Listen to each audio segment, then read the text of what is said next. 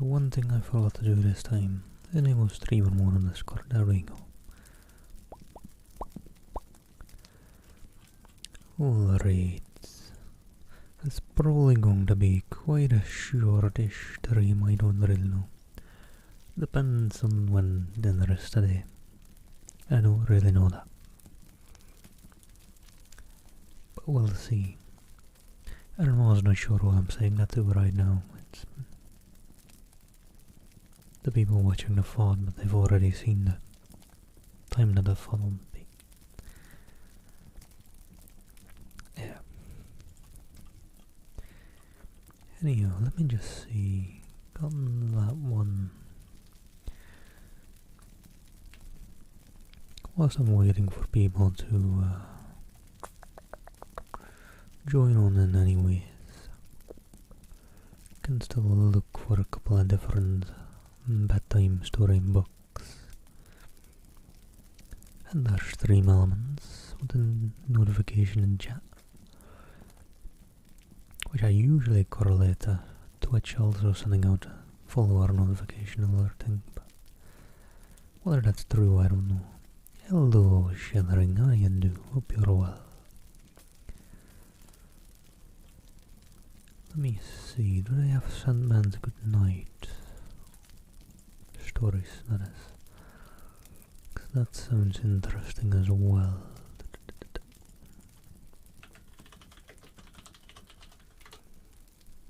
Well, okay is alright, it gets better from there. I'm sure it will. Although, well, I'm not a doctor, but I have heard as a doctor you shouldn't make assurances like that, because you kinda can't, but I'm just here for the good vibe, so I can make assurances like that. And it kind of ain't too great if it doesn't, but I've got faith in it getting better from there. Don't you worry, Shadring. I believe. For however much that may count, maybe not much. Hello, Excel Krings, hope you're well. Good day, good day.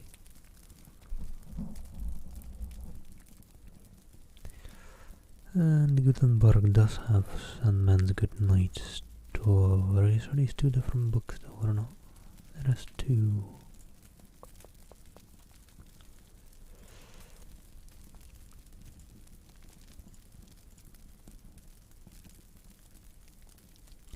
I think maybe one is just illustrated, or it is another book.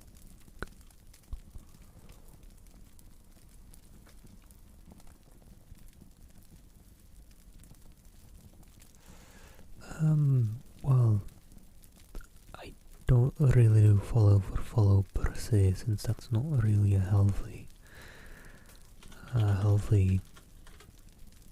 like way of growing. But I'll take a look at your channel, see if I'm interested in the content, and I'll give you a follow if maybe I am. What do you normally do?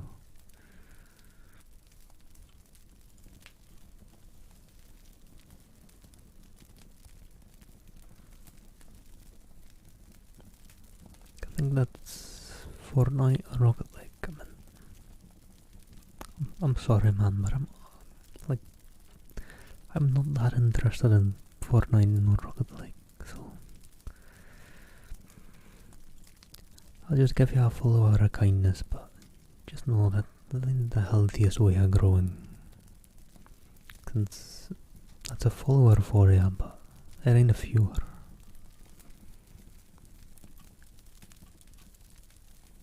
Anyhow, hello Tenston, how are you do? It's been a bit since I've seen you, I think, or my memory is bad. Maybe both. Probably both, isn't it? Anyhow, hello JD as well. Have a nice lurk, have a nice lurk. I know you're probably busy, JD. Knowing ya. Right, I was also gonna see, are these books different or are they the same, just with different illustrations?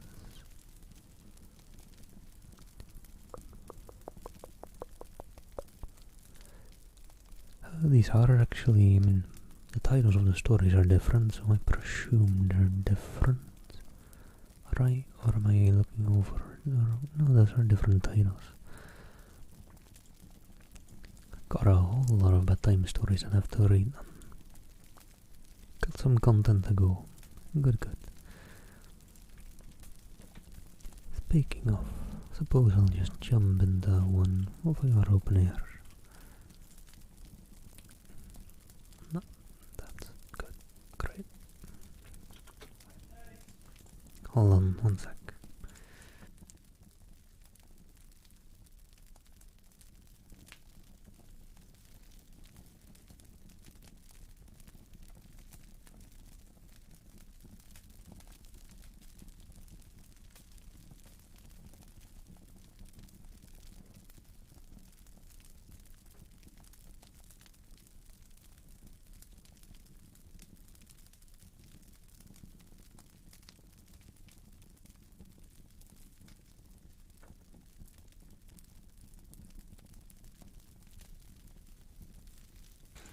Alright, sorry, that's just my dad wanting to do dinner planning. Which is kinda good, since I know how late I can kinda make the stream, but about 2 hours, for those interested. Hello, Miss, and hello, Nicole, hope you're all well. Good day to you. Let me move my water out of the way a little bit. Let me quickly see what I miss. Alright. Let me just get into the foreword. What's this part of the book called? When someone's a dedication, I think. Was that its imprint? What are those words? Probably. The dedication of this book, and I don't have it in the URL, so I need to look it up again. More Bedtime Stories by Louis Chandler Moulton. To his daughter, Florence. More bedtime stories, sweetest heart, and all day I'm alone. All that I have and am, my dear, I give you with my song. All that I have and am, my dear, is not that much to pay, as tribute to the fair young queen, who rules my heart by day. As tribute to the dear blue eyes and to the golden hair, and sweet new grace of maidenhood that rapture everywhere. The shy surprise of maidenhood that still turns back to her, the tales I tell at sure of day, so these are yours, my dear. It's a cute little dedication by the author to his daughter. And hello, Miss Annabelle, hope you're well. Good day to you.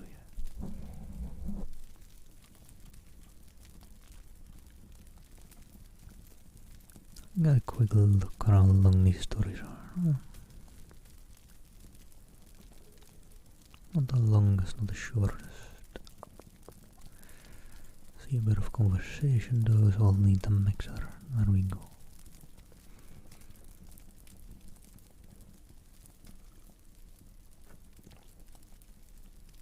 And let me jump into Against Wind and Tide, the first story in this collection. Jack Rimsdale was a bad boy. He had been a bad boy so long that secretly he was rather tired of it, but he really did not know how to help himself. It was his reputation, and this curious thing, how naturally we all live up to our reputations. That is to say, we do the things which are expected of us. There is a deal of homely sense in the old proverb, give a dog a bad name and hang him.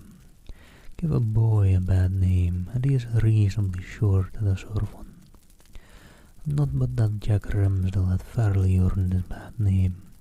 His mother had died before he was old enough to remember, so he had never known what a home was. Once when his father was unusually good-natured, he had asked him some questions about his mother. And hello there, Dylan, thank you so much for the sub. Hope you're well. How's your stream has been going? I've been opening it and giving it a little lurk lately a couple of times, but I think I only got to watch one or maybe two so far. I have a hard time lurking more than one stream, or like actively being around more than one when working.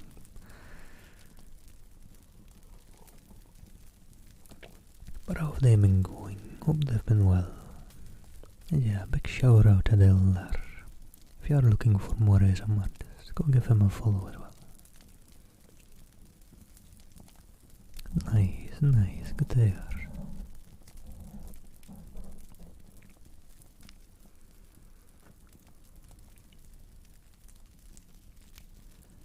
She was one on God's saints, if ever there was one. The man answered half reluctantly. Everybody wondered that she took up with me, but maybe it was because she saw I needed her more than anybody else did. She might have made a different man of me if she'd lived at least. I've always thought so. I never drank so much when she was alive, but when I kept a comfortable home over her head. But when she was gone, it didn't appear to me there was anything left to live for. I lacked comfort sorely, and I don't say but would have sought for it in by and forbidden paths, as she used to say. I wish I could have seen her, said Jack. She was a dreadful motherly creature and was always hanging over you. Cold nights I've known her get up half a dozen times, often to see if the clothes was all up over your shoulders, and sometimes I've seen her stand there, looking down at you in the biting cold till I thought she'd freeze. But I didn't dare to say anything, for her lips were moving and I knew she was praying for you. She was a praying woman, your mother was. I used to think her prayers would save us both. I can't make out how she looked, Jack persisted. He was so anxious to hear something about his dead mother, who had loved him so. Ever since she died, he had been knocked around from pillar to post, as they say, with his father. Sam Rimsdale was good help, as all the farmers knew, when he was sober, but he was not reliable. And then he had the disadvantage of always being encumbered with a boy, whom he took with him everywhere. An unkempt and undisciplined little fellow, whom no one liked. Now as his father talked, it seemed to him so strange a thing to think that someone used to stand beside his bed in cold winter nights and pray for him, that he could hardly believe it, and he said again out of his desolate longing, I wish I could have seen how she looked. I don't suppose folk would have said she was so much to look at.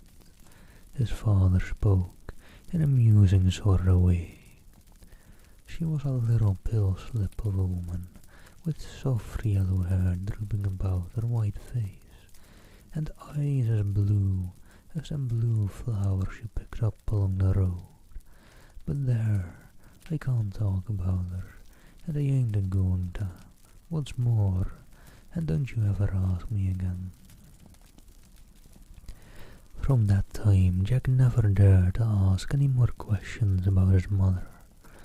But all through his troublesome, turbulent boyhood, he remembered the meagre outlines of the story which had been told him. No matter how bad he had been through the day, the nights were few when he failed to think how once a pale slip of a woman with soft yellow hair around her white face and eyes as blue as the blue gentians had bent above his slumbers and said prayers for him. Hello there, Saint. Was gonna say, isn't it sleepy time for ya? Sleep well, Saint. I'm sure ya got it. Don't you worry. Sleep so well.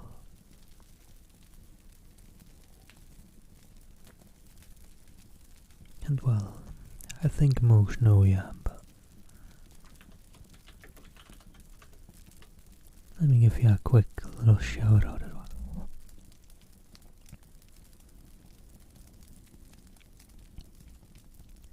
I can't tell you to follow my example, Jack. That's a shame of it. I've got to hold myself up as a warning and not as an example. Just you steer as clear on my ways as you can. But remember that your mother was a praying woman. I suppose nobody just believed it, Jack, but since I've been lying here, I've kinder felt nearer to her than I ever did before since she died. Seems as if I could almost hear her praying for me, and I think by times that the God she lived so close to won't say no. It's the 11th hour, Jack, the 11th hour. I know that as well as anybody, but she used to sing a hymn about when a lamp souls out to burn. When I get there, I shall get rid of this awful thirst for drink.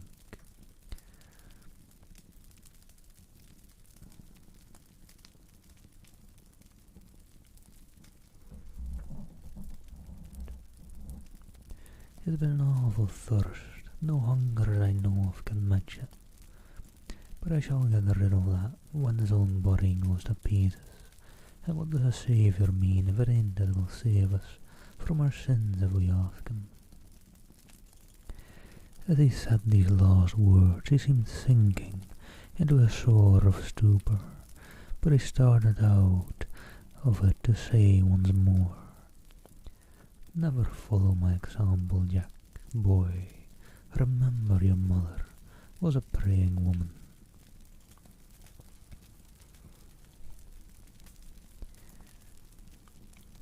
Those were the last connected words anyone ever heard him speak.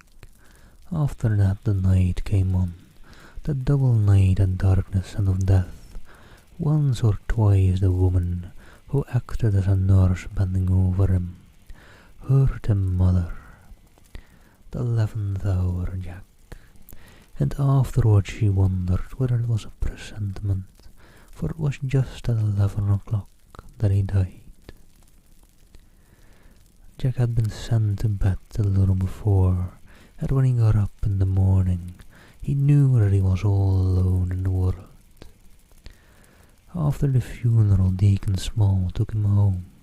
He wouldn't be of much use for 2 or 3 years to come, the deacon said. Maybe he could drive up the cows and ride the horse to plough and scare the crows away from the corn. But he couldn't earn his salt for a number of years to come. However, somebody must take him, and he guessed he would. It would be a good spell before the creature would come of age, and the last part of the time he might be smart enough to pay off full scores.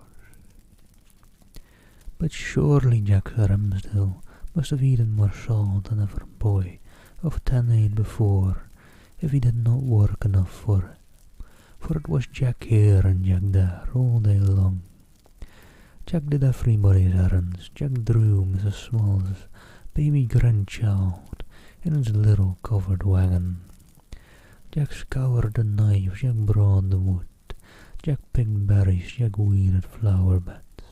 From being an idle little chap in everybody's way, as he had been in his father's time, he was pressed right into hard service for more hours in the day than any man worked about the place. Now work is good for boys, but all work and no play, worse yet, all work and no love, is not good for anyone.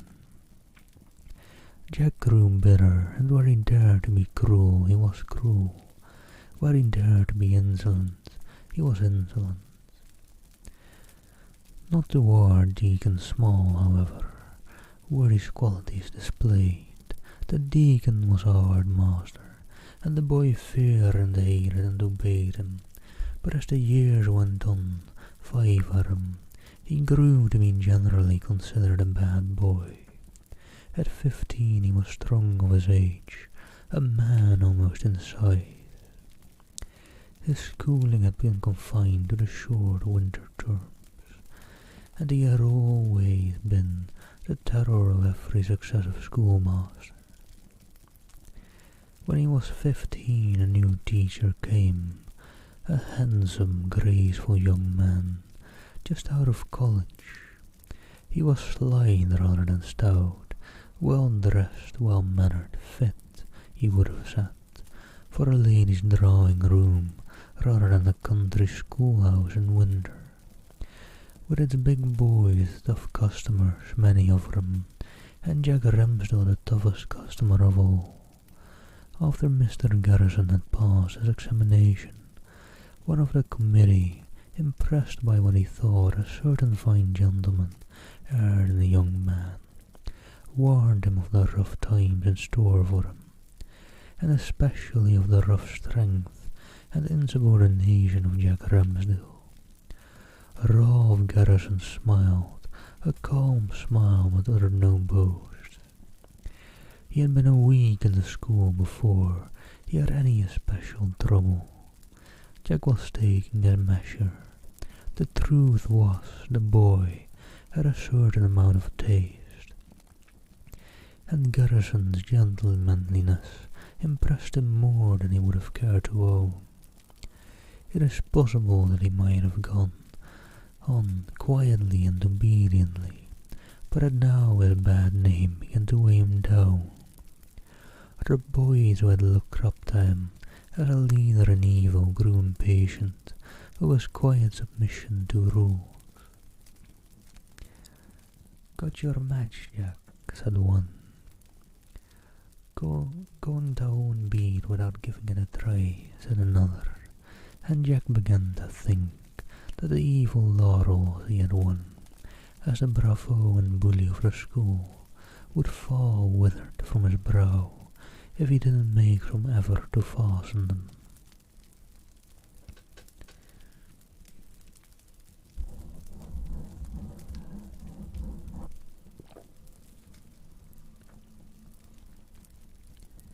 So, one morning, midway between recess and the close of school, he took out an apple and began paring it with a jackknife and eating it.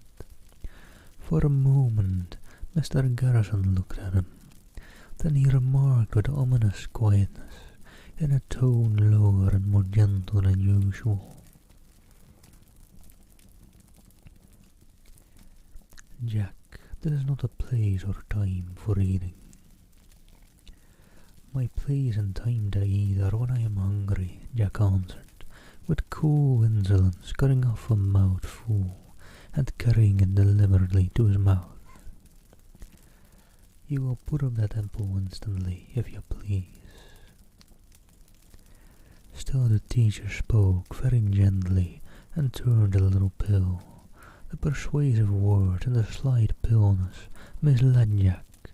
He thought his victory was to be so easily won. There would not even be any glory in it. He smiled and ate, quite at his ease. "Hello there, Miss Chloe, how do you do? How was your stream? And thank you so much for that lovely rate. Hope your stream was well. Good day to you all. Hope you're having a nice and relaxing Wednesday." And hello, episode and overdose and lanky cat and mystery Salve. Nice to hear. I'm good. Work's a bit busy, but just taking my time off. No overtime today on work. Been working 10-hour workdays lately. Not billing them, but working them. So today just 8 hours, cutting it off there and relaxing with a bit of light reading.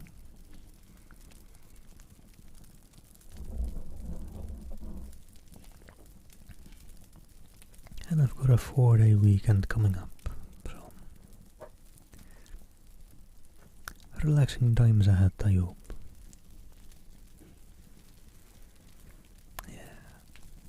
And hello, Jira, thank you for a follow. Thank you very much. For anyone wondering, We're just reading a little story. It's quite short, but let me give a bit of context of where we were. What was his full name again? Jack Armsdale. It was Jack at least first name. But Jack Rimsdale. Close enough. I'm not great with names, if only slightly noticeable. And Mr. Salvitz, thank you for the 100 biddies. Thank you very much. And hello there, Steinmouse. Hope you're doing well. And Jack Armsdale, he's not in the greatest of positions, but just right now he's in school eating an apple whilst his teacher doesn't want him to. It's not lunch break, so it's not allowed. Hello, brother duck. Yes, only English, please, if you can. And hello, yes, welcome, welcome. And let me see. Jack just thought his victory was to be so easily won after talking back to the teacher. So he smiled and ate quite at his ease. You will come here whether you please or not, was the next sentence from the teacher's desk. Jack cut off another mouthful and sat still. That he never knew how it was, but suddenly, at a twinkling of an eye, he felt himself pulled from his seat out into the middle of the floor, while knife and apple flew from his hands. He kicked, he struggled, he tried to strike, but an iron grasp held his wrist. The strong muscles of the stroke cord at Harvard did good service. The handsome face was pale, but her lips were set like steel, and the cool eyes never wavered as they fixed and held those of the young bully. Then suddenly he whipped from his bucket a ball of strong fish line, and bound the wrist tightly, and pushing a chair toward his captive said coolly, "I want nothing more of you till after school. You can sit or stand as you please. Now I will hear the first class in arithmetic." And poor little Jack.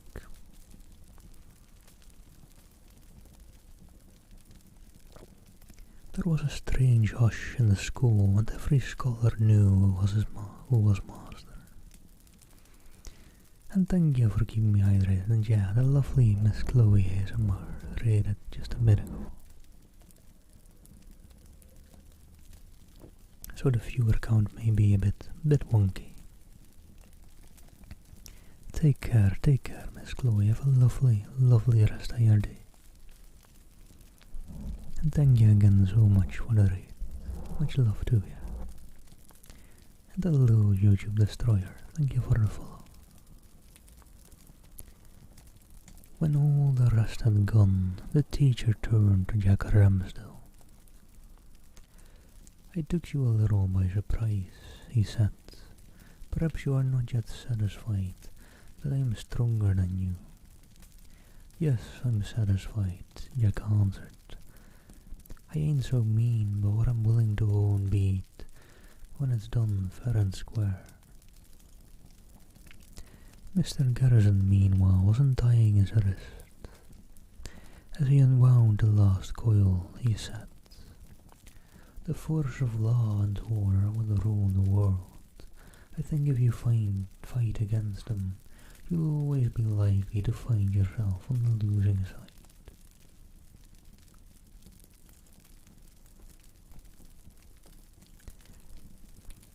And let me see, I'm not working overtime, but I'm seeing messages come in. What is... I'll get to that tomorrow. I'll get to that after stream. Shouldn't say that, but I'll do it. A great bitter wave of defiance swore up in Jack's heart, not against Mr. Garrison as an individual, but against such as he, handsome, graceful, cultured, against his own hard lot, against a prosperous world, against, it almost seemed, God himself. "What do you know about it?" he said suddenly. "You never had a fight, it was all on your side, God did it. He made you handsome and strong, and let you go to school and college, and grow up a gentleman.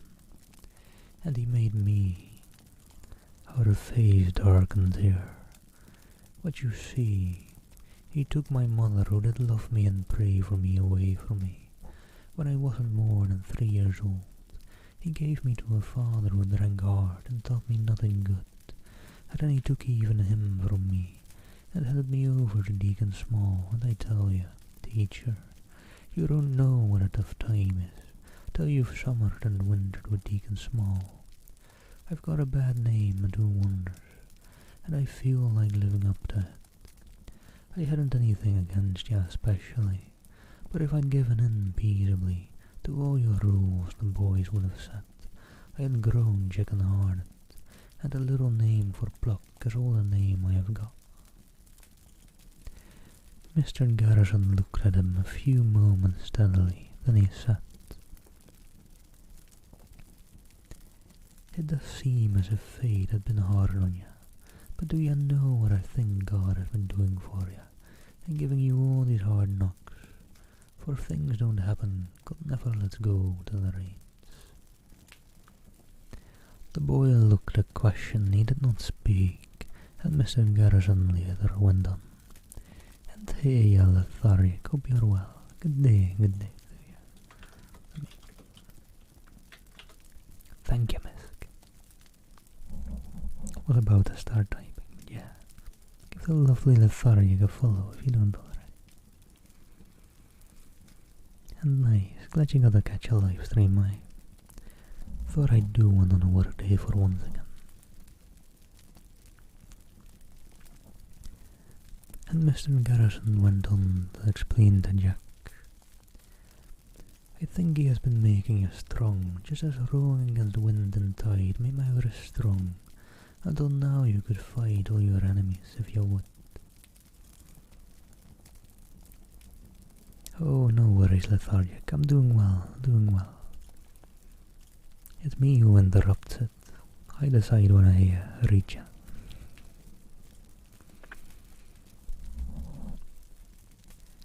"The thing we are put here for," he continued, "is to do our best, and if we are doing that in God's sight, there is nothing that can prevail against us, not fate or foes, or poverty, or any other creature. There is nothing in all the universe that is strong enough to stand against a soul that is bound to go up and not down. You may go home now." 'Twas one of Mr. Garrison's merits that he knew when to stop.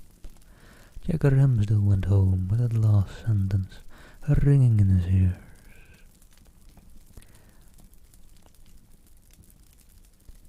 There is nothing in all the universe that is strong enough to stand against a soul that is bound to go up and not down. The words went with him all the rest of the day. They lay down with him at night, and he looked out at his window and fixed his eyes on a bright, far-off star and thought of them.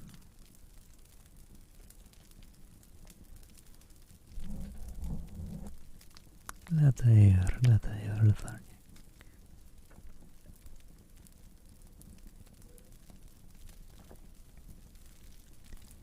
What if he should turn all the strength that was in him to going up and not down? If he did right, who could make him afraid?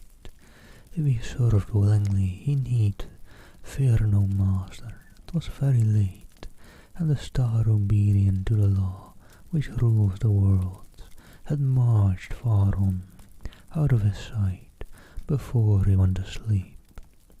He had made a resolve in the strength of that resolve he awoke to the new day. "I will not go down," he said to himself. "I will go up spent on. He was not all at once transformed from sinner to saint.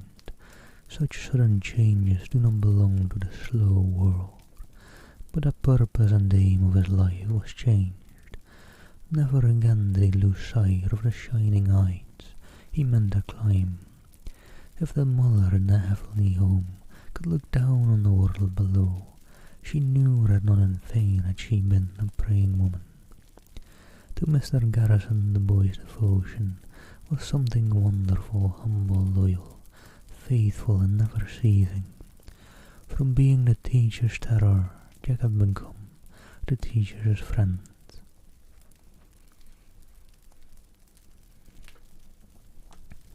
And that's nice. It also feels a bit much part of that story for a children's story, but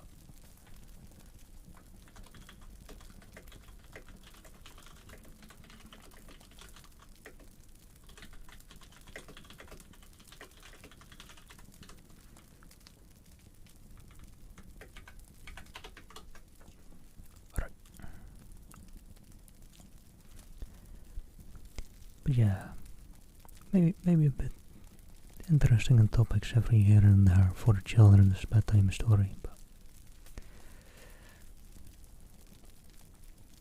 the things were a bit rougher in the times that this book is from, I think.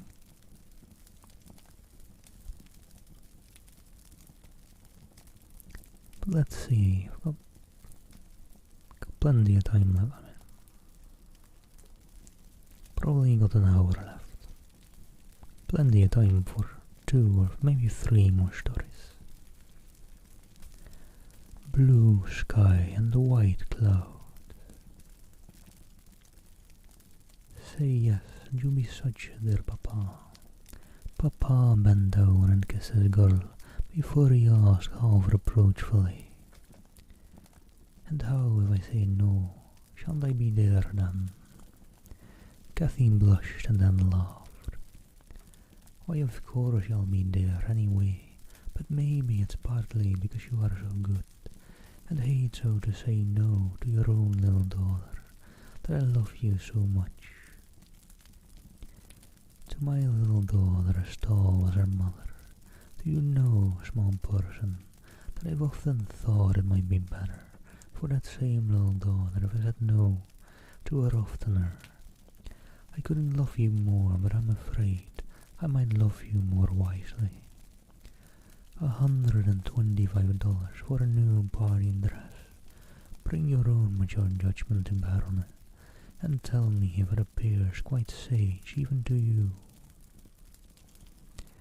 Kathy thought so hard for a moment that she fairly scowled with earnestness. Then she answered,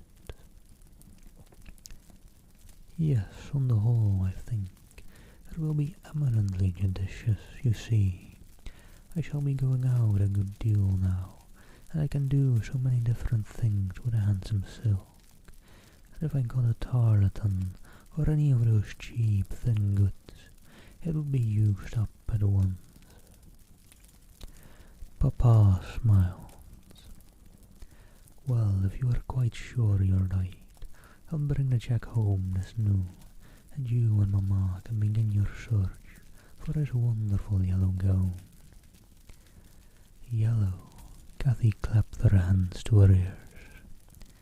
What did I ever do to make you think I would wear a horrid yellow gown?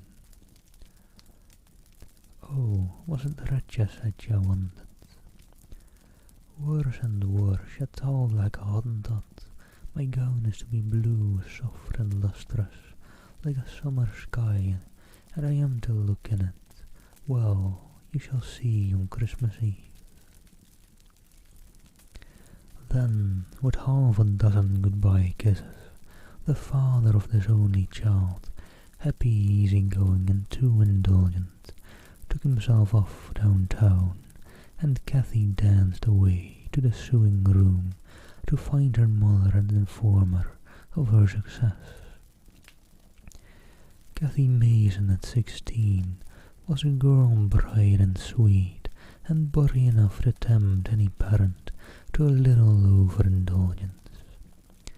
She had soft, sunny yellow hair and lovely dark brown eyes, with a look in them that kept saying, "Oh, be good to me," a delicate flower-like face, and a mouth red as fair Rosamond's, which has long been thus now, but which poets and painters raved about centuries ago.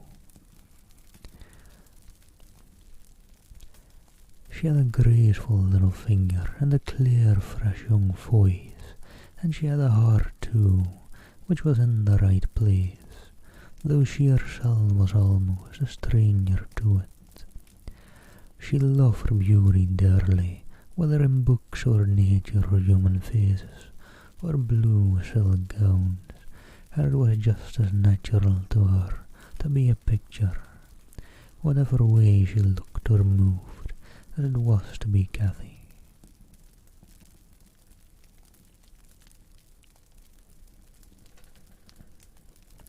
Yeah, I've been thinking on the idea, but yeah, kind of pressed on time, so I don't have the time to properly edit audiobooks, unfortunately. Because when making audiobooks, you need to cut out all the breaks and all and make it flow properly, and you do need breaks. So I'm here now taking a little bit of a break, bit of a breather. And a bit of water.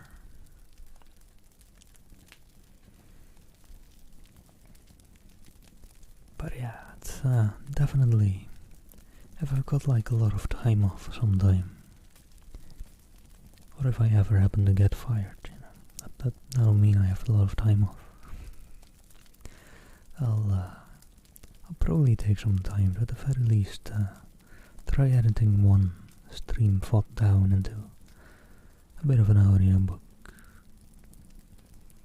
I do upload the VoD, the saved streams back over to YouTube, but of course I'm properly edited down, and might hear my cat meowing a bit loudly in there sometimes.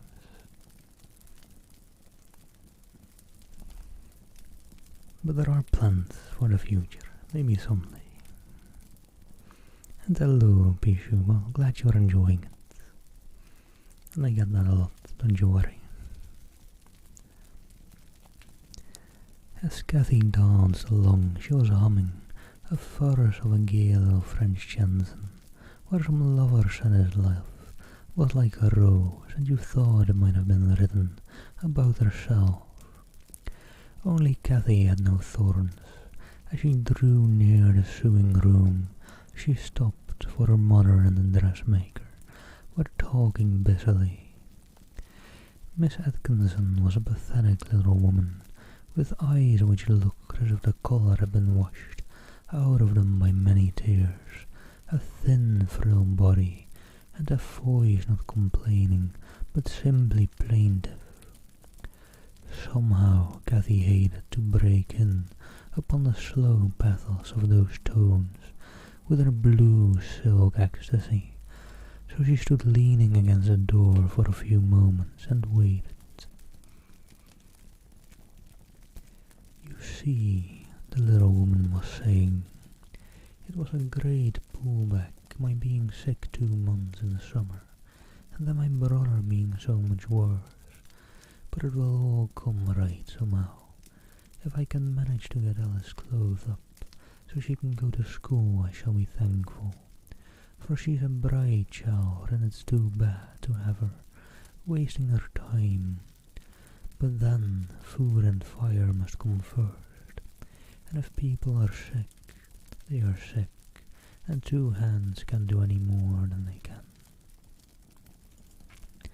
There was nothing to oppose to this mild fatalism, so Cathy's mother only said, very sympathizingly, that it was hard, and that it seemed as if, with her sister, and her sister's child to support, Miss Atkinson had all she could do before, without undertaking any new responsibilities for the ailing brother and his family.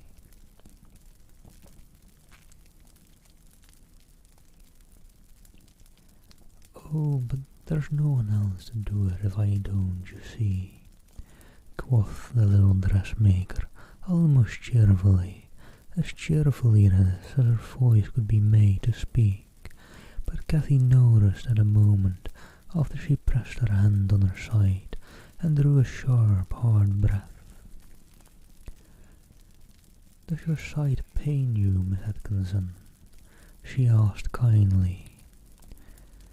"Not much more than usual. It's rather bad most days. I went to work too soon after I was sick. The doctor said. But he didn't tell me how the rest were going to live if I laid by any longer, and dear me, I'm thankful enough to be able to work at all."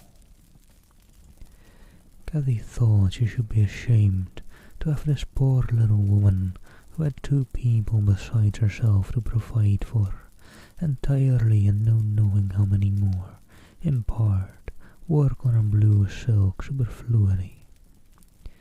Clearly that must be made by some other dressmaker, and she couldn't even speak to her mother about it now, so she just asked for some work and sat down with it, thinking more seriously than, perhaps, she had ever thought in her gay butterfly life before.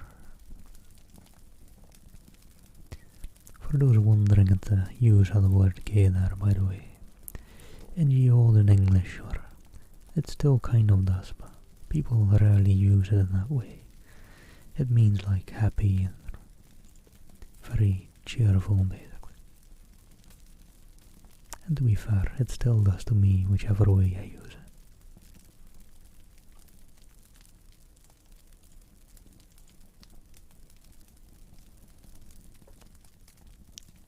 "How old is your little niece, Alice?" she asked after a while. 10 years, and she is as far along in her studies now as a good many girls of 12. I didn't mean to have sent her straight through normal school and all, and let her prepare to be a teacher, but it doesn't look much like it. Now Williams has taken so poorly, I expect I shall have to pretty much clothe his 3 children, besides Alice. Can't your sister, little Alice's mother, help you at all?" "Well, yes, she does help. She does all she's able to, and more. For you see, she's feeble too. She keeps house for us, and cooks and washes, and makes our things after I fit them, and keeps us mended. But there's nothing she can do to bring in anything. But there, I beg your pardon, 10 times over a piece. It's against my principles to go out suing and harrow up folks' minds with my troubles, only you see, I'm a little nervous in the cell today, on account of Alice's crying pretty hard this morning, because she hadn't that thing to wear to school." Papa Mason took Cathy aside when he came home to dinner, and with a little fun and teasing and pretence of mystery, produced a cheque. There it was, $125. All right, and 3 weeks between now and Christmas Eve, to get her blue silk gown made. While she ate her roast beef, she began to think again. One question kept asking itself over in her mind. Why should some people have blue silk gowns, and others have no gowns at all? I rather think we have all asked ourselves the same thing in one form of words or another. Since the great Father made and loves us all, why should one be Queen Victoria and another little Alice staying at home from school for want of a few yards of woolen and a pair of boots? Political economists have ciphered it all out beautifully, but Cathy did not know that, and so the vexing question puzzled her. What if it was done just to give us a chance to help each other? She asked herself at last, and the text of a sermon she heard once came into her mind. bear ye one another's burdens. If all fared just alike, there would be no chance for helpfulness, or charity, or self-denial. So maybe clothes would be put on people's backs at the expense of better things in their hearts. It must be that God knew best. Oh, if one couldn't think that, the world might as well fall to pieces at once. Will you have pudding, dear? I've asked you 3 times, said Mrs. Mason's voice, with a little extra energy in it, and Cathy looked up out of her dream with a certain vagueness in her eyes and answered, 125, whereat they all laughed. I can't give you 125 puddings, but, if you please, make a beginning with this one. No doubt the rest will come before the year is over. Whereupon Cathy roused herself from her speculations, ate her pudding, and sent her plate for more with a good, healthy, girlish appetite. And hello there, Foamy, hope you're well. Nice to see you, I'm glad you like it. And hello there, Emily Cole. Hope you're well, and thank you for the follow.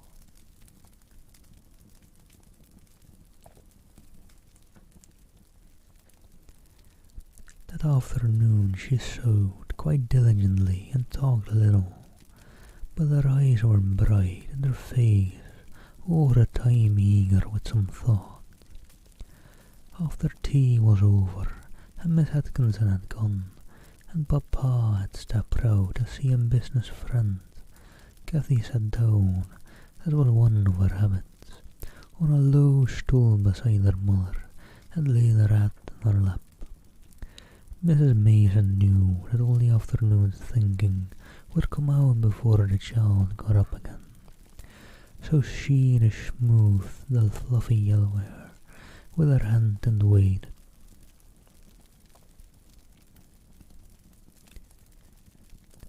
Don't you think, Mamma, that Miss Atkinson must be a good deal better Christian than the rest of us? She's such a patient burden bearer. She never seemed to think for one moment that it was hard she should have to work so, or that she couldn't have what she wanted herself. All that troubled her was because she couldn't do what she had planned for Alice. Then, when Mrs. Mason had made some slight answer, there was silence again for a time, and then Cathy cried impulsively, Mamma, what a perfect good-for-nothing I am. I never carried a burden for anyone in my life. I have just been a dead weight on someone else's hands. Not a dead weight by any means, and Mrs. Mason laughed. And really, Papa and I have found it rather a pleasure that otherwise to carry her.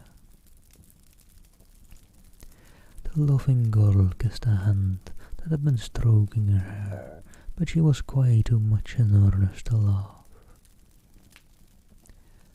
Well, Mamma, you know it doesn't say, bear ye one another's burdens, all of you with Cathy, and she needn't. I think this rule without any exceptions means me, just as much as it does anyone, and I shan't feel quite right in my own mind till I begin to follow it. I want to bear part of Alice. Cathy was talking very fast by this time, and her cheeks were very pink, and her brown eyes very bright.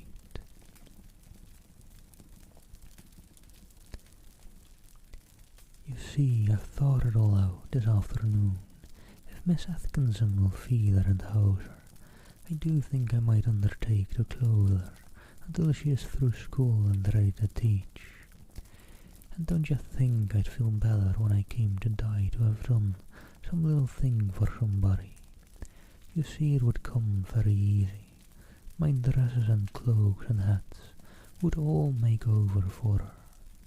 There wouldn't be much to buy outright except boots and stockings and underclothes generally. And wouldn't you find all that rather a heavy drain on your pocket money? I don't ask to discourage you, Charlie, only I want you to consider it all thoroughly.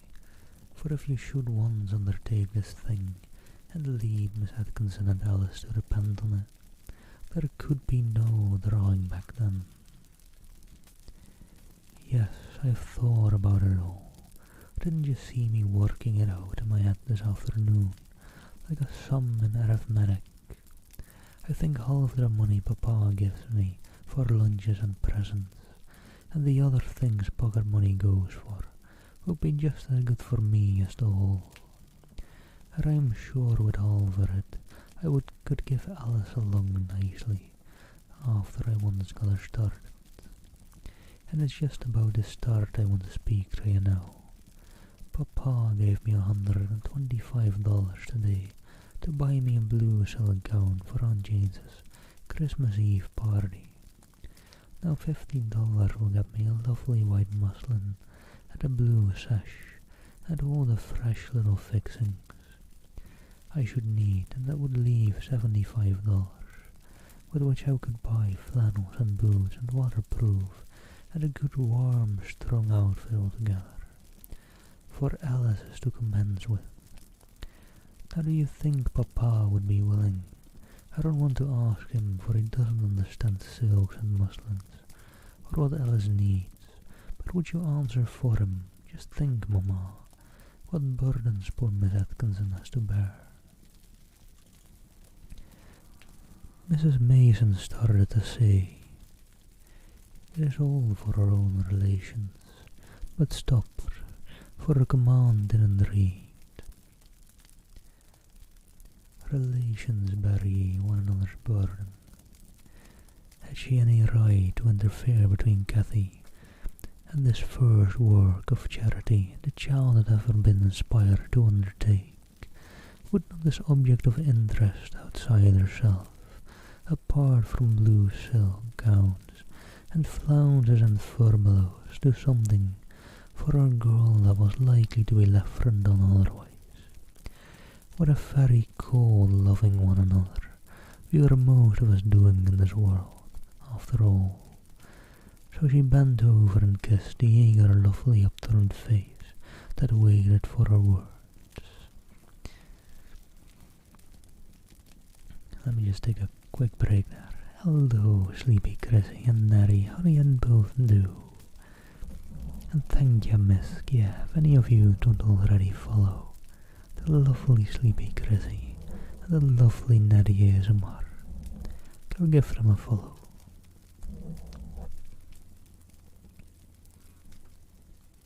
Let me see. Good day to you. Right. And then Mrs. Mason said fondly to little Cathy, "Yes, I will answer for Papa, my darling. I approve your plan heartily, but I will not offer help. This shall be all your own good work." The next morning Miss Atkinson was told of the new plan. Her faded eyes opened twice as widely as usual. She was not sure she heard all right. "Do you mean to say, Miss Cathy, that you undertake, with your mamma's full consent, to clothe Alice until she is through school?" "That is precisely what I bind myself to do," Cathy answered, gravely copying the solemnity of the little dressmaker. "Then all I have to say is bless you, and bless the Lord, you never can tell what good you are doing." And then the poor little woman began to cry, just for pure joy, and she sobbed till Mamma Mason felt her eyes growing misty, and Cathy ran away out of the room. Be sure that Miss Atkinson made up Cathy's muslin lovingly. It would not be her fault if it were not prettier than any silk. And truly, when Christmas Eve came, and Cathy was dressed for Aunt Jane's party, there could hardly have been a more radiant vision than this wide-robed shape with the sunny soft hair the gleaming brown eyes and the wild rose cheeks, where the colour came and went. Her father looked her over with all his heart in his eyes, and the tenderness which quivered in his voice, though he tried to speak jestingly. So there wasn't blue sky enough for anything but your sash, and you had to take white clouds for the rest. And just that, don't you like the clouds? He bent and kissed her. Yes, I like the clouds, and I think the sunshine struck through them for somebody. Nice. That's a cute little ending to that one. There you go, that one was a bit less serious at topics than the other one. It still got quite serious talking about political economists, but as all good children's books, there's some things in there that children won't realize, but they all have it.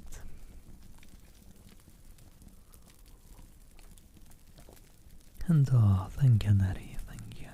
Glad you like it. Let me see. And thank you as well, Miss. And hello, Towers. Hope you're well, and thank you for the follow. Let me see, let me maybe just quickly skim over this next one, just to see what it's kind of about.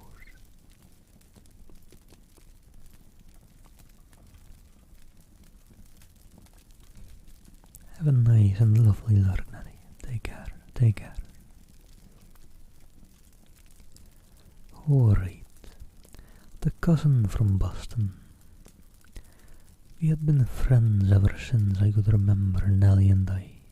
We were just about the same age. Our parents were neighbours. In the quiet country town where we both lived, I was an only child and Nellie was an only daughter, with two strong brothers who idolized her. We were always together. We went to the same school and sat on the same bench, and used the same desk. We learned the same lessons. I had almost said we thought the same thoughts. We certainly loved the same pleasures.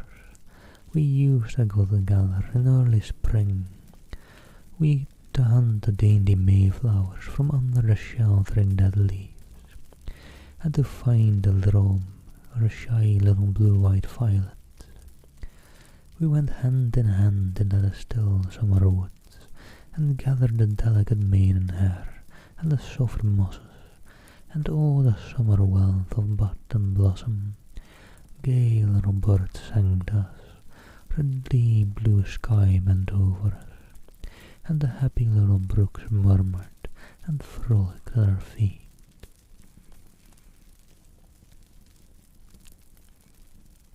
Good nacht already. Are you in Germany then, Natty? I know you're German, but it's not that close to night. Oh, let me see, JD. I'm not that far into the story. Let me do that now then, actually.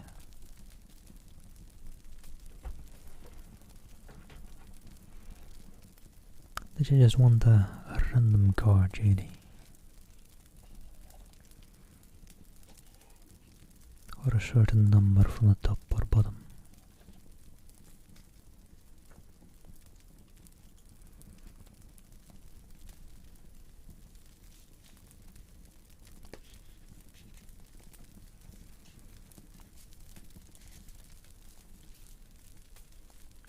Just the first card at the top.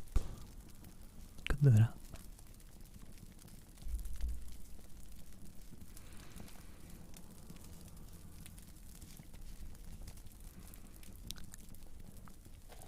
And no worries, miss.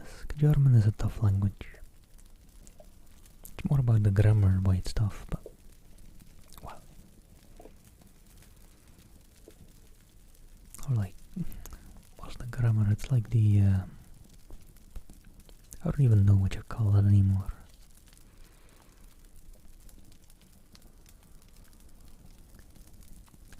think it is part of grammar, but yeah. But it's the first one from the top 10, JD.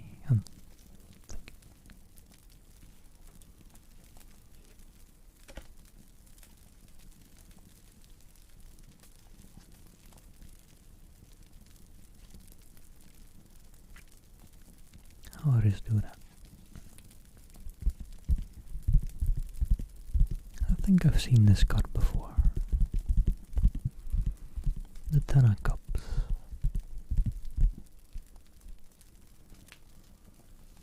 But well, with my memory, just seeing it before doesn't really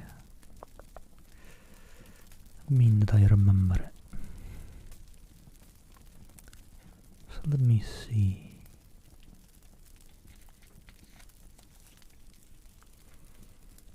The Ten of Cups, radiating energy. The Ten of Cups overflows with positivity. Your goals are being realized and the excitement surrounding you is magnetic to others. You may feel as though light or color radiates outward from you, almost as if you're shining. Experience sensations like this with an open and joyful heart. Do not doubt this power.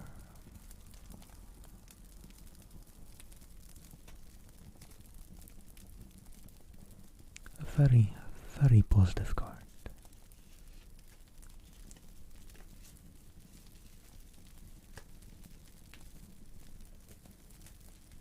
Nice and positive, and you deserve it, JD.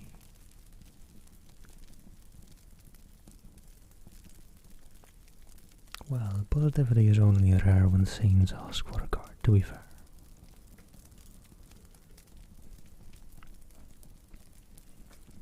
Alright. We're just at the beginning of the story. I know that feeling as well, Jerry, but a bit of positivity here and there doesn't hurt. And well, maybe there is something going on that deserves a bit of positivity. The cards think so, at least. And hello, Crazy, how are you doing? Hope you're well. I'm trying to think, I saw you last night as well, or yesterday eve. I'm trying to think what you said then, but my memory ain't good, so I'm sorry, I'm totally blanking on that. But I hope you're well. Good day to you.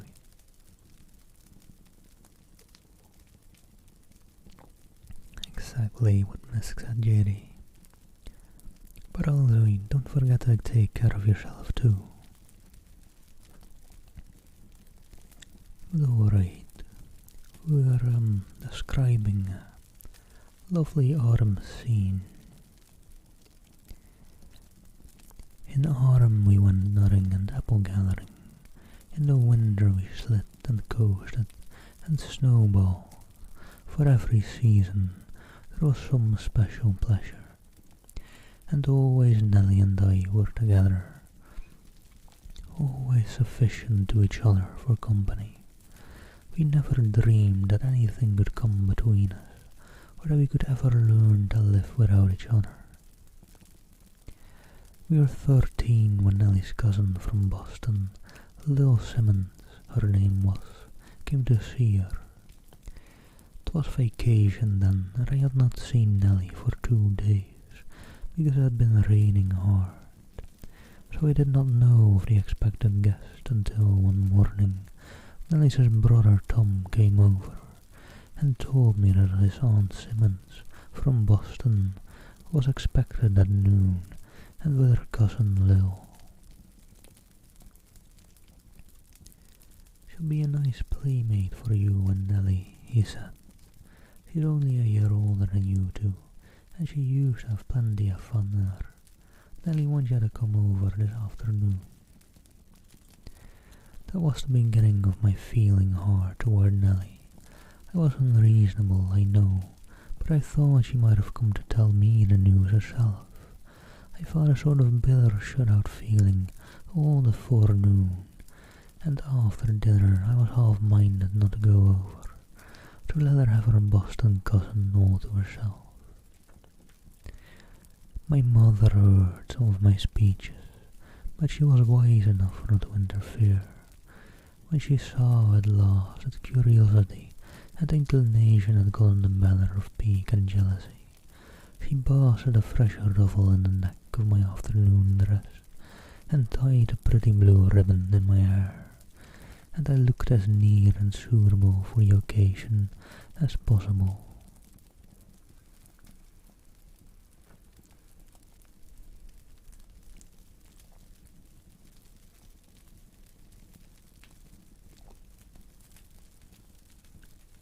That's alright too, JD. It'll all be okay and just fine. No worries about the future.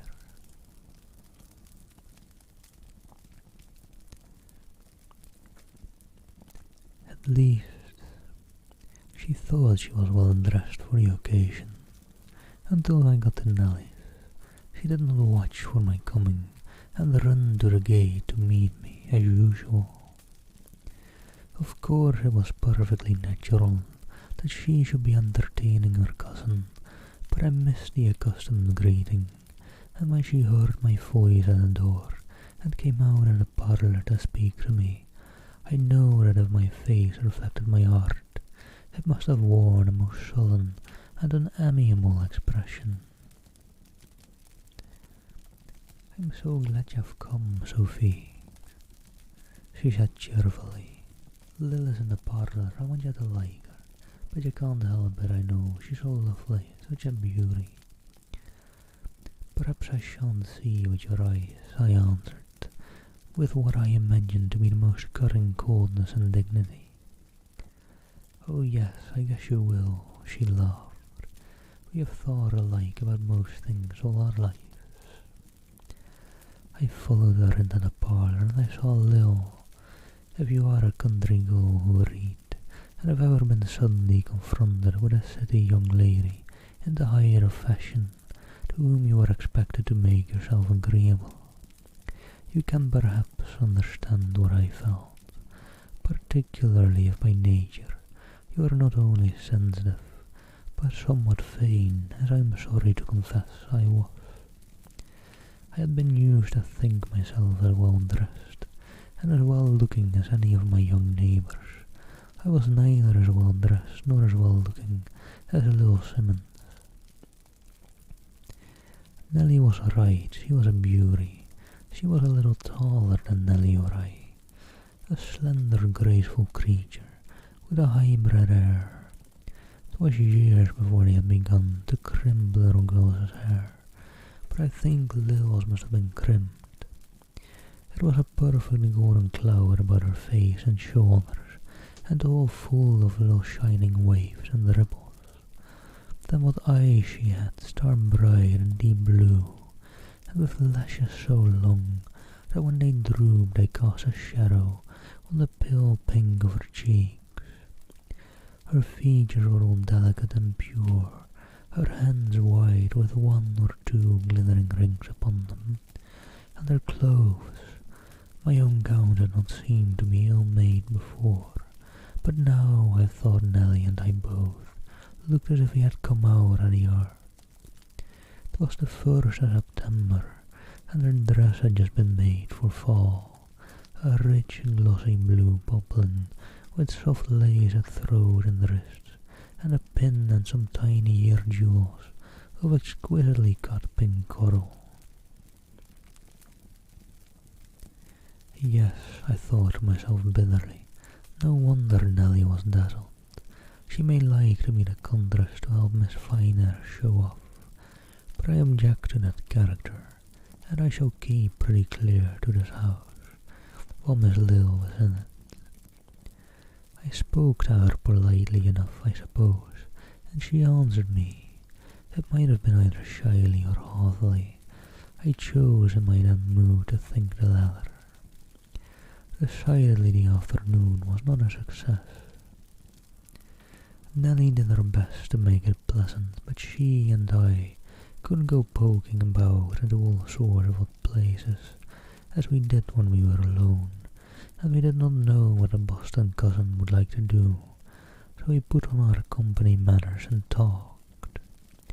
And for an illustration of utter dullness and dreariness, commend me to a talk between three girls in their early teens who have nothing of the social ease which comes of experience and culture, and where two of them have nothing in common with the other, as regards daily pursuits and habits of life.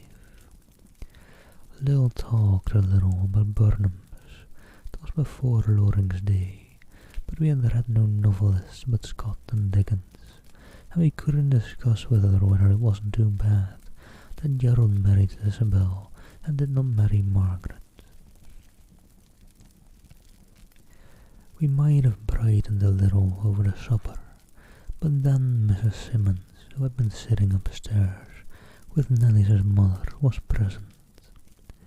A stately dame in rustling silk and gleaming jewels, who overawed me completely. I was glad to go home, but a little root of bitterness I had carried to my heart had grown, until, for a time, it choked out everything sweet and good. While a Boston cousin stayed, I saw a little of Nellie. I am telling the truth, and I must confess, it was my fault. I know now that Nellie wasn't changed, but of course, she was very much occupied. Whenever I saw her, she was full of Lil's praise, that I foolishly thought I was nothing to her any more, and Lil was everything. If I had chosen to verify her words instead of chafe at them, I too might have enjoyed Lil's grace and beauty, and learned from her a great many things worth knowing. But I took my own course, and if the cup I drank was bitter, it was of my own brewing. At last, one afternoon, Nellie came over by herself to see me. I was most ungracious in my welcome. I don't see how you could tear yourself away from your silly company, I said with that small hateful sarcasm which is so often a girl's weapon. They say self-denial is blessed. I hope yours will be. Perhaps Nellie guessed that my hatefulness had its root in pain, or it may have been that her own heart was too full of something else for her to notice my mood. Lil is going tomorrow, she said gently. Indeed, I answered. I don't know how the town will support the loss of so much beauty and grace. I suppose I shall see more of you then, but I must not be selfish enough to rejoice in a general misfortune. Nellie's eyes, gentle eyes, filled with tears at last. Sophie, she said, how can you be so unkind, you whom I have loved all my life? I am going too with Lil, and that is what I came to tell you. Ever since she has been here, Aunt Simmons has been trying to persuade Mother to let me go back for a year's schooling with Lil, but it was not decided until last night. Mother thought at first that I must wait to have my winter things made, but Aunt Simmons said she could get them better in Boston, and the same woman would make them for me who makes Lil's. Indeed, how well dressed you will be, I said bitterly. How you will respect yourself. Sophie, I don't know you, Nellie burst out, indignantly. The hardest of all was to leave you, for we've been together all our lives, but you are making it easy. Goodbye. She put her arms around me even then and kissed me, and I responded coldly. Oh, how could I when I loved her so? I watched her out of sight, and then I sank down upon the grass and laid my head upon a little bench where we had often sat together, and sobbed and cried till I could scarcely see. I was half tempted to go over to Nellie's and ask her to forgive me, but my wicked pride and jealousy wouldn't let me. Lil would be there, I thought, and she wouldn't want me while she had Lil, so I stayed away. The next morning they all went off, when I heard a car whistle at a little railroad station, a mile and a half away. I began to cry again. Then, if it had not been too late, I would have gone and implored my friend to forgive me, and not shut me out of her heart. But the day for repentance was over. The slow months went on.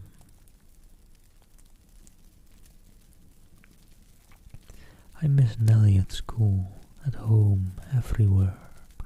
I longed for her with an incurable longing. It was to me almost as if she were dead. People wrote many less letters in those days than they do now, and neither Nellie nor I had learned to express anything of our real selves. On paper, we exchanged 3 or 4 letters, but they announced, and they amounted to little more than the statements that we were well, and a list of our studies. One look into Nellie's eyes would have been worth 1,000 such. There were often pleasant girls in town, but I took none of them into Nellie's vacant place. How could I? Who of them would ever remember all my past life as she did? She who had shared with me so many perfect days of June, so many long bright summers, and melancholy autumns, and winters white with snow. I was, as I have shown you, jealous and hateful and cruel, but never for a moment fickle. At last Nellie came again. 'Twas a day in the late June, and she found me just where she had left me, under the old horse-chestnut tree, in the great old-fashioned garden. I knew it must have been almost time for her coming, but I had not asked anyone about it. Somehow I couldn't.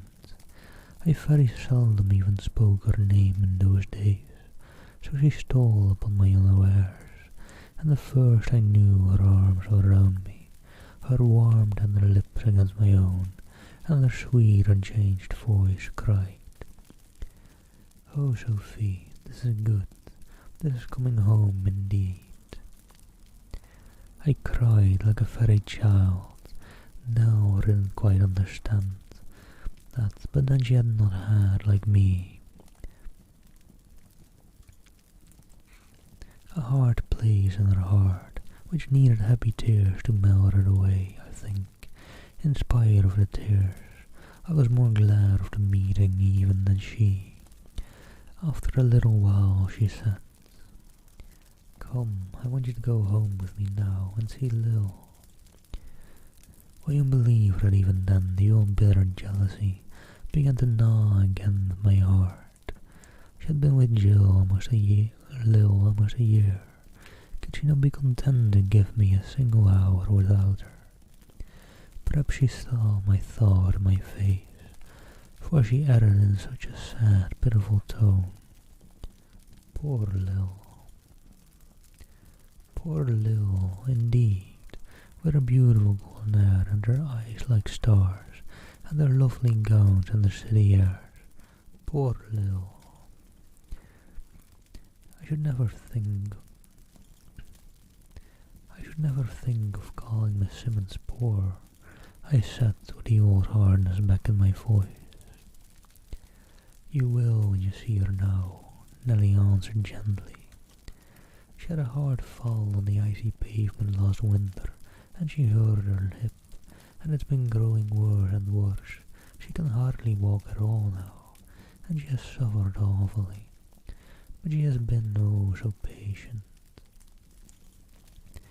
And how I had dared to envy that girl. I was shocked and silenced. I walked along by Nellie's side very quietly. When we got there she took me up into her room, and there I saw little Simmons. I should hardly ever known her. The golden glory of hair floated about her still. The eyes were star-bright yet, but the cheeks which the long lashes shaded were pink no longer, and they were so thin and hollow that it was pitiful to see them. She wore a wrapper of some soft blue stuff, and on her lap lay her frail, transparent hands. She started up to meet us with a smile which for a moment gave back some of the old brightness to her face, but which faded almost instantly. I sat down beside the lounging chair where she was lying, but I could not talk to her. The sight of her wasted loveliness was all too sad.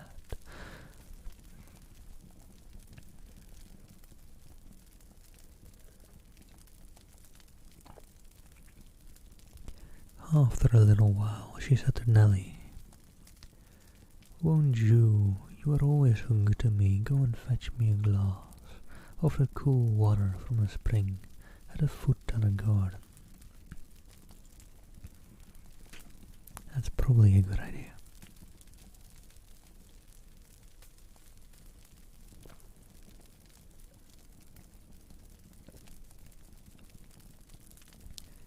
Nelly went instantly, and then Lil turned to me and put her hand on my arm. "I asked her to go, Sophie," she said, "because I wanted to speak to you. I wanted to say something to you which it would hurt her to hear. I used to be very jealous of you, Sophie. I wanted Nelly to love me best. But she never did. She had loved you so long that I could see you were always first in her heart. And now I am glad. I shall never be well again, and when I am gone, I would not like Nelly to be so unhappy as she would be if she had loved me first and best. She will miss me, and she will be very sorry for me, but she will have you, and you can comfort her. I am ashamed now of her old jealousy. I think it made me not nice to you last summer." Lil jealous of me. I was dumb with sheer amazement, and how much bitterness and injustice I had to confess. But before I could put it into words, Nelly had come back, and the look from Lil kept me silent.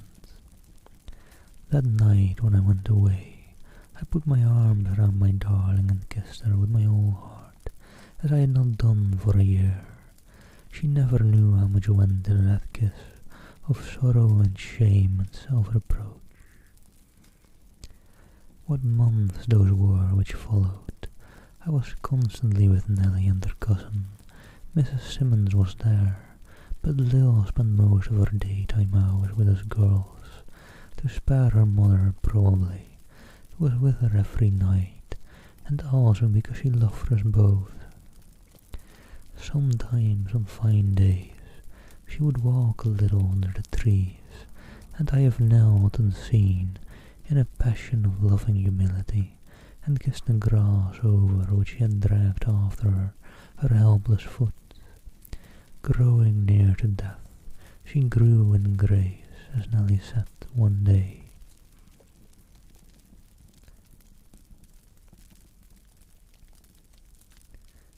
Her wings are growing, she will fly away with them soon.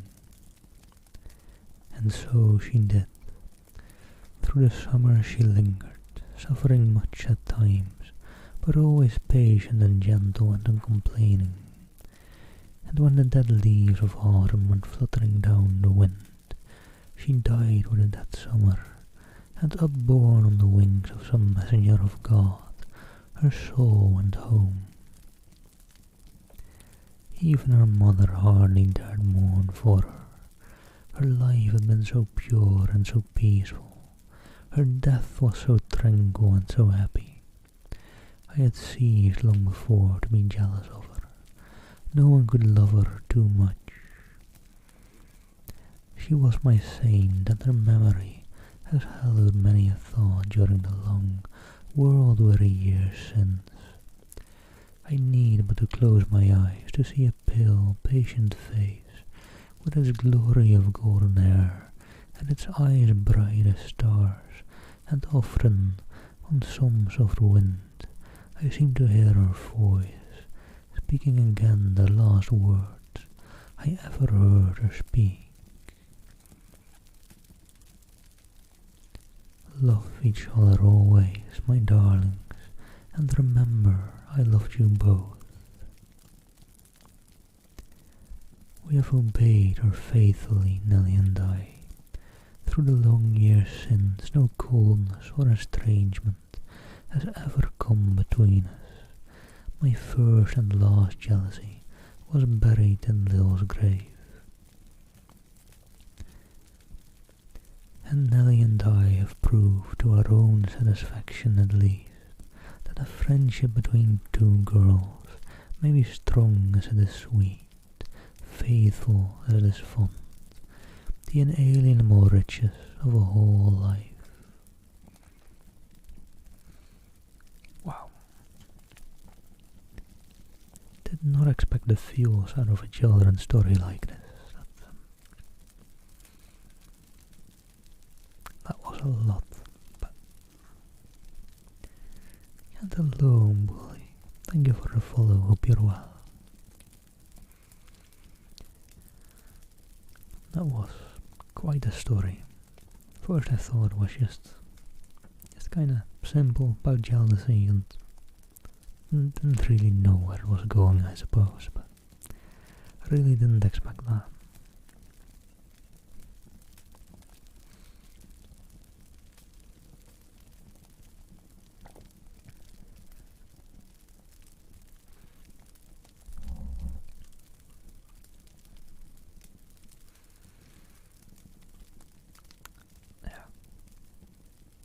Just processing it real quick.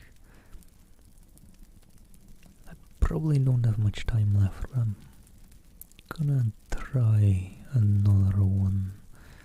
Although that one looks too long. Let me see. Any story in there that isn't all too long.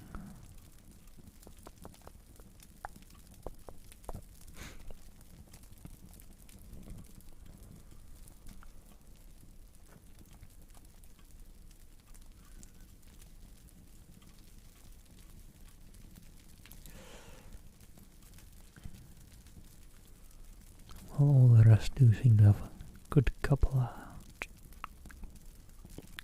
of paragraphs. Just trying to see.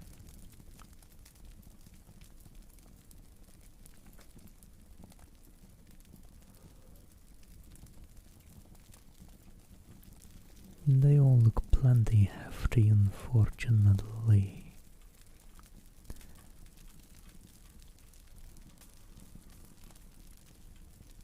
I was thinking maybe that one, but no. Hello, Untitled. Hope you're well. Good day to you.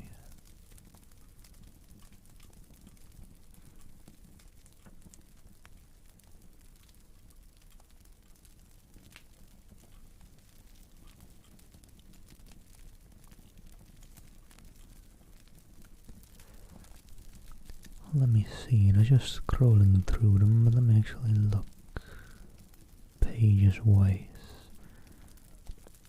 Which one still looks kinda short?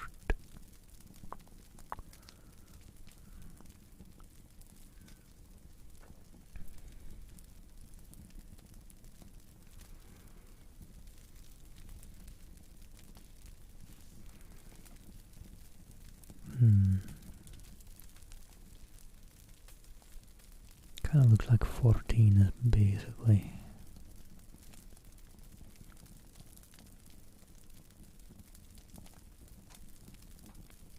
Kinda looks like 14 is about the shortest these stories get, pages wise.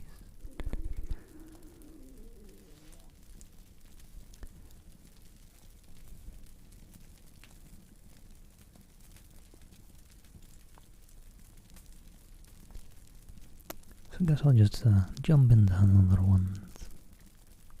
If if my dad gets done with dinner in the meantime, then I'll just let it cool down before I rage you all over somewhere else. And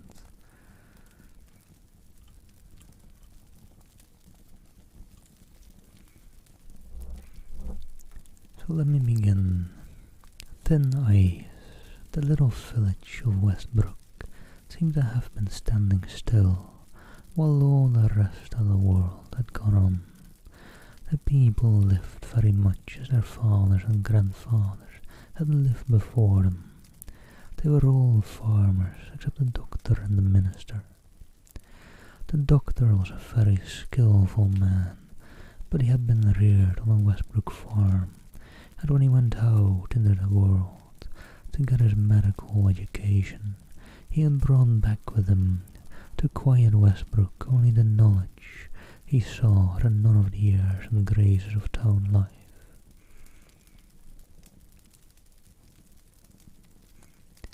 The minister, too, was Westbrook born and bred, and his wife had scarcely ever been outside the town in all her days, so that there was no one in the simple community to set extravagant fashions or turn foolish hats by gaiety or splendour.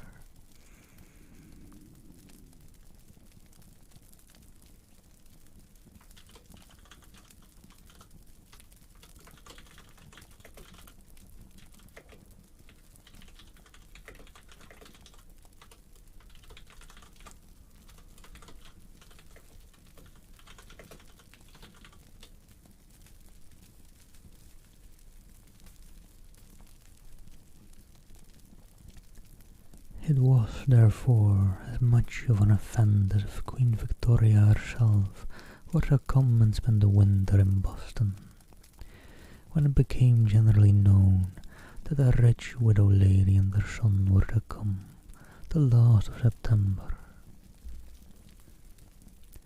and very probably stay on through the winter under Dr. Sim's roof, a famous city physician, with whom Dr. Sims had studied once, had recommended him and Westbrook to Mrs. Rosenberg when it became necessary for her to take her puny boy into some still country retreat.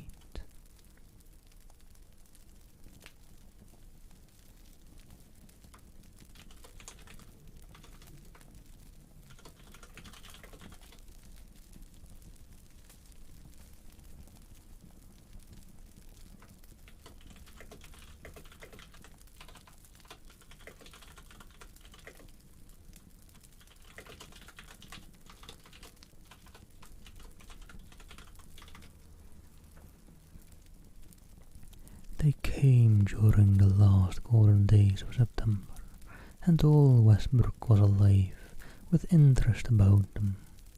The lady looked delicate, but she was as pretty as she was pale, and her boy was curiously like her, as pale, as pretty, almost as feminine.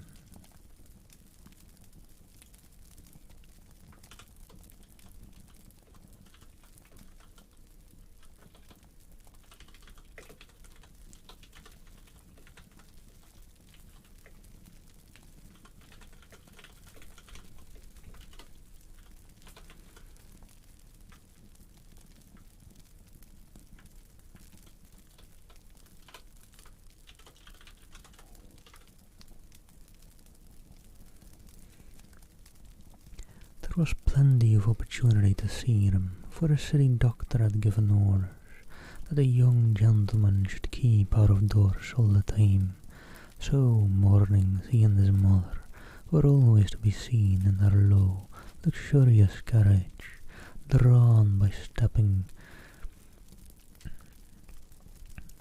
bay horses, and driven by faithful, careful, middle-aged men with iron grey hair and an impenetrable face.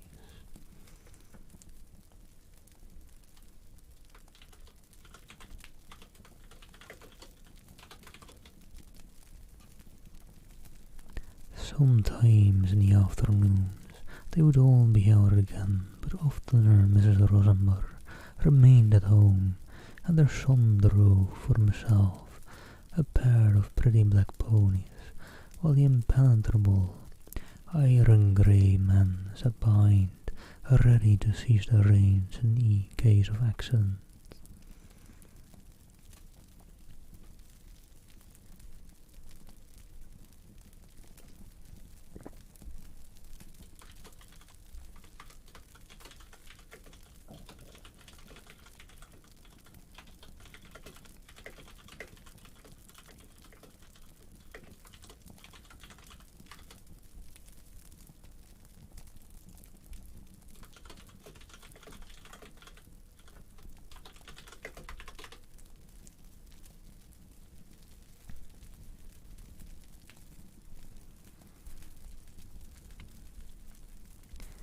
At first the boy's face seemed often drawn by pain or white with weariness, and he would look around him listlessly as he drove, with eyes that saw nothing, or at least failed to find any object of interest. But a clear autumn air proved invigorating, and when the glorious prismatic days of late October came, he looked as if indeed he had been recreated. Have a nice look, Lethargic. Take care. And now one could see that he began to take a natural human interest in what went on around him. He would drive up a little pony carriage to the wall and look over it to watch the apple pickers and the harvesters. No one spoke to him, and he spoke to no one. The lads of his own age, who watched his pony with boyish envy, never dreamed that the owner of these very coursers could be as shy as one of themselves, and indeed as much more shy as delicate weakness naturally is than rosy strength. They thought his silence was pride, and felt a half-deviant hatred of him accordingly. Yet many and many a day he went home to his mother, and sitting beside her with his hat upon her knee, cried out in very bitterness, "Oh, if only I could be like one of those healthy boys, how gladly I'd give up peas blossom and mustard seed to be able to run about as they do. Shall I never be strong, Mamma?" And she would comfort him with the happy truth that every day he was growing stronger, and that she expected him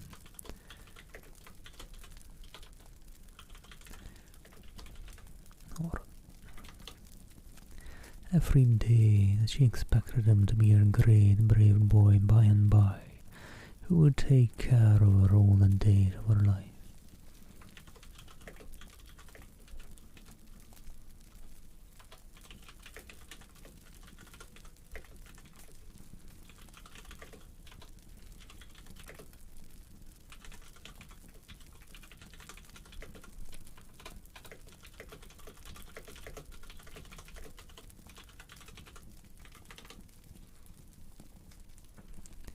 Meantime, other boys in other homes talked to other mothers. For the very first time the evil spirit of envy had crept into quiet Westbrook. Why should Ralph Rosenborg have everything he wanted and they nothing? What clothes he wore, and a watch, a real gold watch they had seen him take out of his pocket. And those ponies, for wherever they began they always ended with those ponies. And as not all the mothers in Westbrook were wise, any more than elsewhere in the world, while the wise ones would say that strong boy legs were worth more than horses' legs, the weak ones would foster the evil spirit and answer, "He ain't a bit better than you are, with all his watches and ponies. Pride will have a fall some day. See if it don't, and he may be glad enough to stand in your shoes yet before he dies." Jack Smalley was the son of one of these injurious mothers, and so his envy grew, unchecked, till he nourished a vigorous hatred for Rolf Rosenborg in his heart, without ever having exchanged a single word with him. It was a hatred, however, of which its object could never could have dreamed. He had been so accustomed to be petted and pitied, and he was so very sorry for himself, that he could not be a wide-awake, vigorous, ball-playing, leaping, running boy. It would never have occurred to him that anyone else could fail to see his condition in the same light. So he went steadily on to even the north of his way, gaining something day by day and week by week, and hoping, how earnestly no one knew, for the happy time when peas blossom and mustard seed might stand idle in their stalls, and he go about on his own feet with the rest. The cold weather came on early that year. Before the middle of December, Westbrook Pond was frozen over, and then began the winter's fun. Every afternoon Ralph Rosenborg drove his ponies down to the very edge of the pond, and sat there for a while, a patient looker on at the frolics he could not share. With Christmas, however, there came to him from the pond maternal Santa Claus, a chair constructed on purpose for pushing over the ice, and then he became a daily partaker in the festivities upon the pond. The chair was modelled after a certain kind of invalid gardening chair, which is arranged to be either propelled by someone else from behind, or by the occupant turning a kind of crank at the sides. Ralph soon learned to manage it for himself, and finding himself strong enough to do so,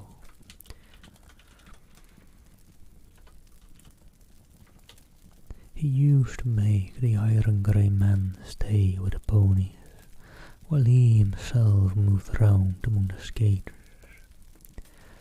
And now that he seemed really one of themselves, the young people, all except Jack Smalley, began to feel a kindly interest in him.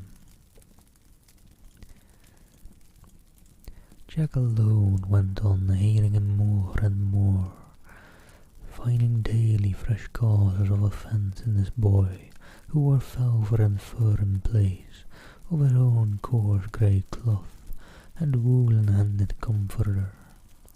What was he, this puny wretch, without pluck enough to stand on his own legs, that he should wear the garments of a young prince? You see that Master Smalley had a primitive idea of young princes and supposed them clad in everlasting velvet and ermine. But there were no princes in America, thank heaven, and nobody in Westbrook wanted fools around who tried to look like kings' sons. Very innocent of trying to look like anyone was poor Rolf, if the truth had been known.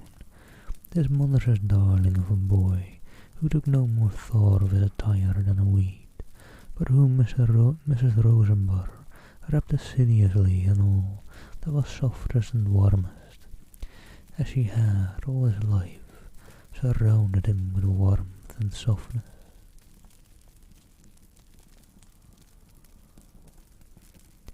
After a while there came a January afternoon, over which a grey, moist sky brooded. Already the ice had shown some symptoms of breaking up, and everybody was out, making the most of it while it lasted.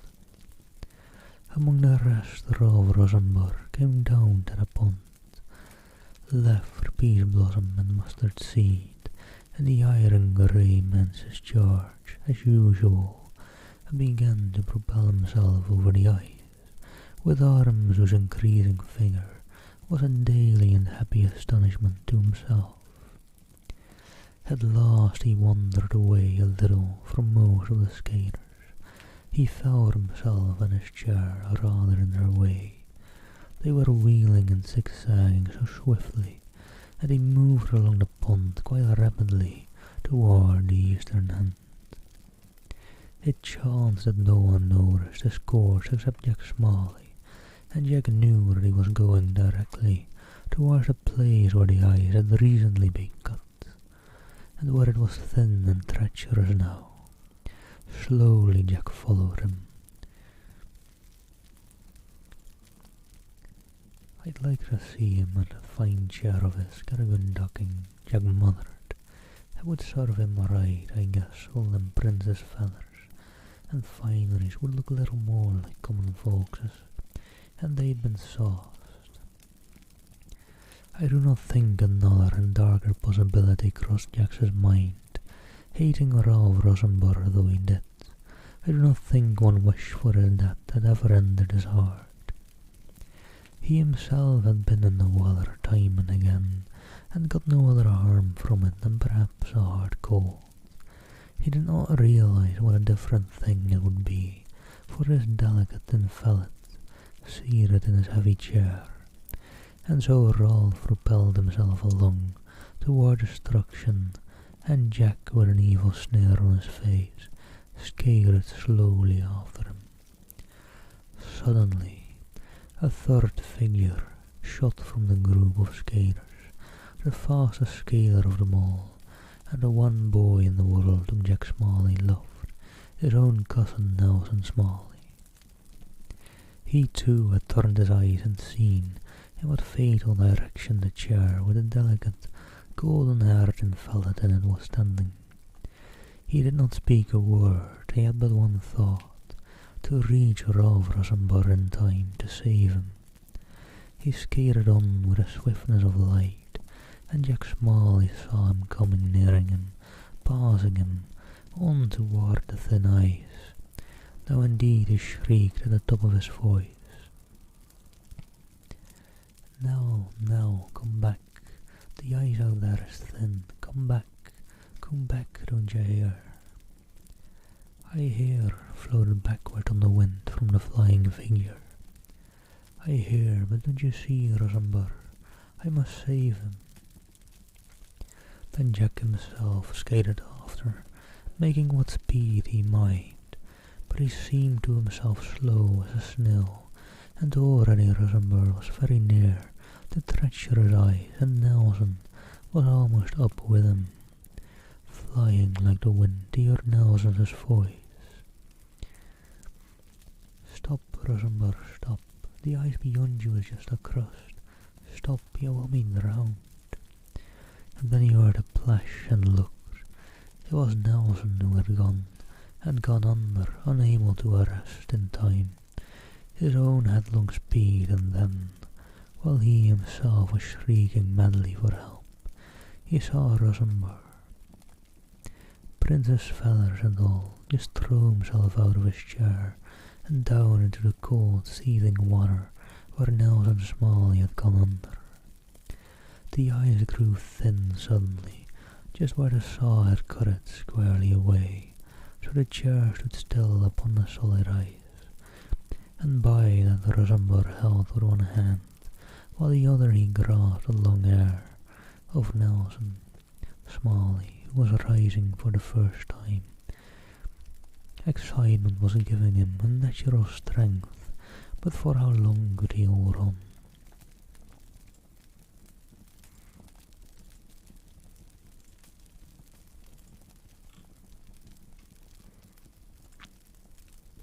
Now at last the skaters had perceived the real state of the case, and such a will as one might hear afterwards, through his dreams forever, went up to the bending sky. "Hurry all who can, run, iron grey men, as you never ran before, or how shall you drive home to that boy's waiting mother? How was it done, how is it ever done? Who can ever tell in such a crisis? I do not know how long they were in reaching the thin ice, for at such times moments seem hours, and seconds are bits of eternity. But the Rosenborg held on, and the iron grey man threw himself flat upon the cracking ice, with the boys holding fast to him, and drew them both out. And then Rosenborg turned limp and white on his hands, and whether he was dead or not he could not tell. There were enough others to care for Smalley, and already the older ones had begun trying to restore him, and some of the younger were running in various directions for wiser aid. So the iron grey man just lifted his own young master in his arms and got him straight into the pony wagon and drove Peace Blossom and Mustard Seed home as they had never driven before. At the gate he met Dr. Sims coming out and told his story in a few words. It was almost an hour before the blue eyes opened again, and the mother felt sure that her boy was still hers to have and to hold, to love and to cherish. Indeed, it was many days before she felt altogether safe and sure about him. She was constantly expecting some after consequences from his exposure, some fever or cough or terrible nervous prostration. But strangely enough, he seemed to be none the worse, and one day, after a careful examination of him, Dr. Sims said to her, "I venture to tell you now what I have thought all along. This has been the very best thing for him that could possibly have happened. The severe shock was exactly what he needed, though certainly it was what I should not have dared to take this responsibility of subjecting him to. He is going to be better and stronger for it. And the brave, splendid fellow who was risking his own life to save him is all right too. Duckings are good for boys, not a doubt of it.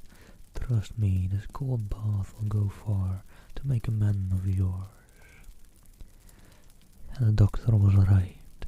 The languid pauses, which at awful peril had quickened, never throbbed so languidly again. It was Ralph Rosenberg's awakening to a new life. Somehow the shyness in him passed away with a weakness, and he became a general favourite. The boys no longer envied him his ponies, when one or other of them was always asked to share his drives, and their cure was completed when he grew strong enough to take part in all their sports. When Peas Blossom and Mustard Seed were left to eat their heads off in their stall, and Ralph Rosenberg and his chosen and dearest friend Nelson Smalley scaled rocks and climbed hills were the best at him. This strong friendship would have cost Jack Smalley some envious pangs, perhaps, if the awful terror of that January afternoon had not made him afraid of the evil in his own soul.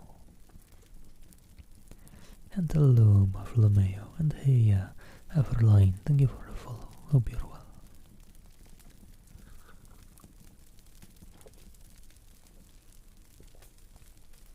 And thank you for keeping me hydrated.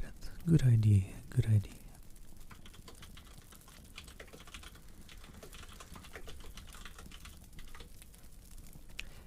And well, I said one more story and I will have to leave it at that. Because it's basically about dinner time, I'm pretty sure. So let me have a quick look who all is currently live. And see who I can rate you all on over to. It was very nice, I quite enjoyed streaming again. For once on a workday. Ooh, that's very interesting. I won't rate you all on over there, but I will have to watch the far of that. Twitch is currently streaming updates from the DMCA product team. That is actually very interesting and quite something to keep up with. Let me see. Oh, this Easel is playing Call of Duty Black Ops.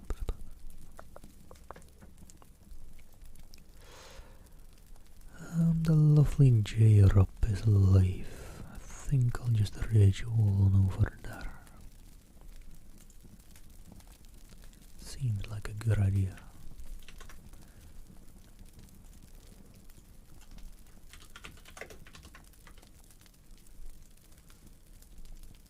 call them. No, never mind. Thought I needed a sneeze, and I kinda still do, but it's not quite there. Alright, take care all. Thank you all for having been here. Hope you all enjoyed and had a lovely, relaxing day. Take care all. And I hope you all enjoy J-Rob's ASMR as well. See you all later.